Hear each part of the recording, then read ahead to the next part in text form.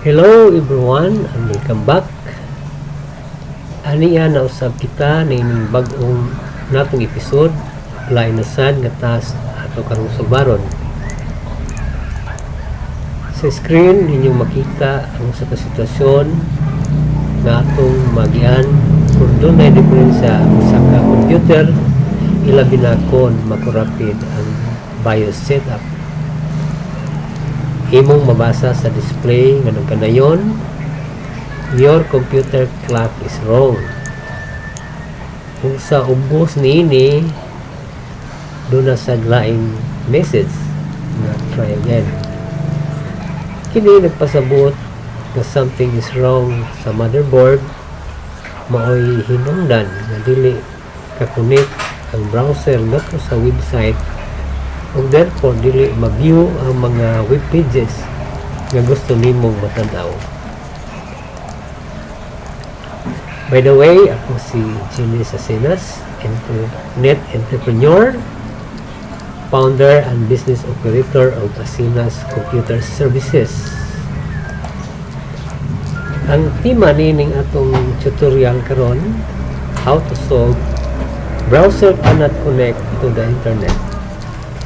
Atong hisgutan ang hinungdan nganong dili ka connect ug atong i-demonstrate ang solusyon niini.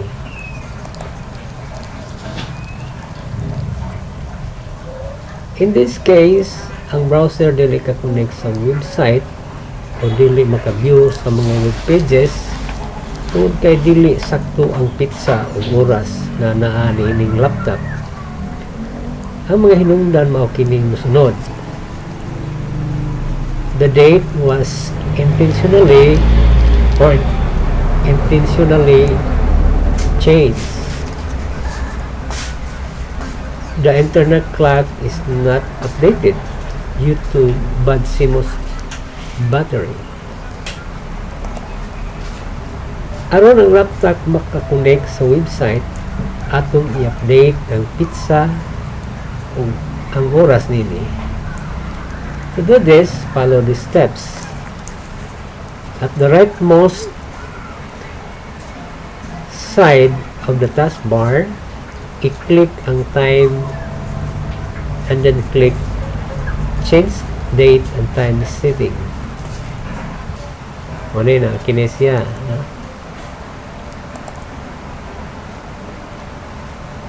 So, kining imong nakita, mao siya ang window aron atong usbon ang pitsa ug ang oras sa computer. So yung makita nga dunay button diri nga change date and time. Okay, so ato ni siyang i-click ang button aron aduna na sa ilaing window nga mosunod. So, mao kini ang atong buhaton karon. Okay, so dinhi napita atong change ang date o kini sa napita ang pizza.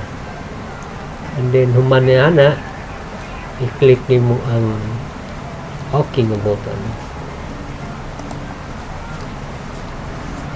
So, after changing the date and time, i-press din mo ang try again button to refresh the browser. Okay, so ato nang sugdan sa pag-demonstrate aron masulban ning atong nakita nga problema. So, dire at the right mo side sa itong laptop sa taskbar, click na to ni. So mo kini ang himong pizza karon December 2009. So ato ni sa usbon. So there's a boss atong i-click ang button.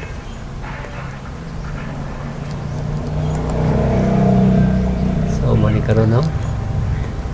So mani siya dagdagan ang oras, wrong ang oras ng pizza. So dinhi another button atong magamit o atong maklik. I-click lang ni. So after ini, so na dinhi no, so atong i-change ang pizza. So from December 2009 karon ang pizza is 2021 na karon. Then March 10. So ang oras karon diri sa moa is 11 12.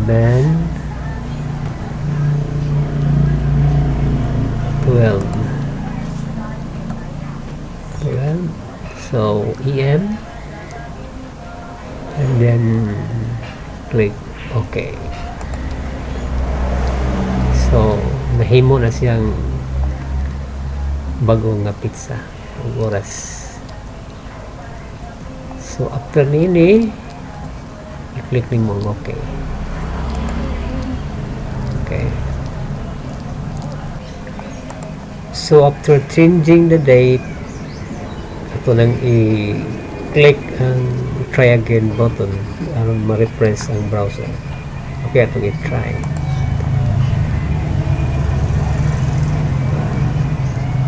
So karon na di-connect na. Then let's try to connect the website.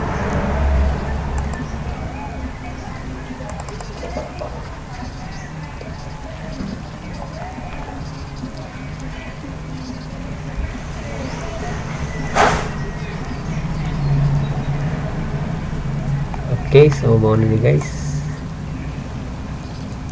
Mao na ni say solusyon nga to nang connect ang browser ngadto sa website. So nasulba na itong problema. Nausog na ang okay. So padayon ta sa maing part nining atong tutorial karon. So mo kini guys ang sulod natong istoryahan karon. Ang ikaduhang rason nga nganong dili ka connect kay tungod kay ang pizza ug ang time wala ma-updated tungod sa CMOS bad battery. Ang CMOS battery ato makita hindi sa motherboard kini gibutan nga gi-point sa araw.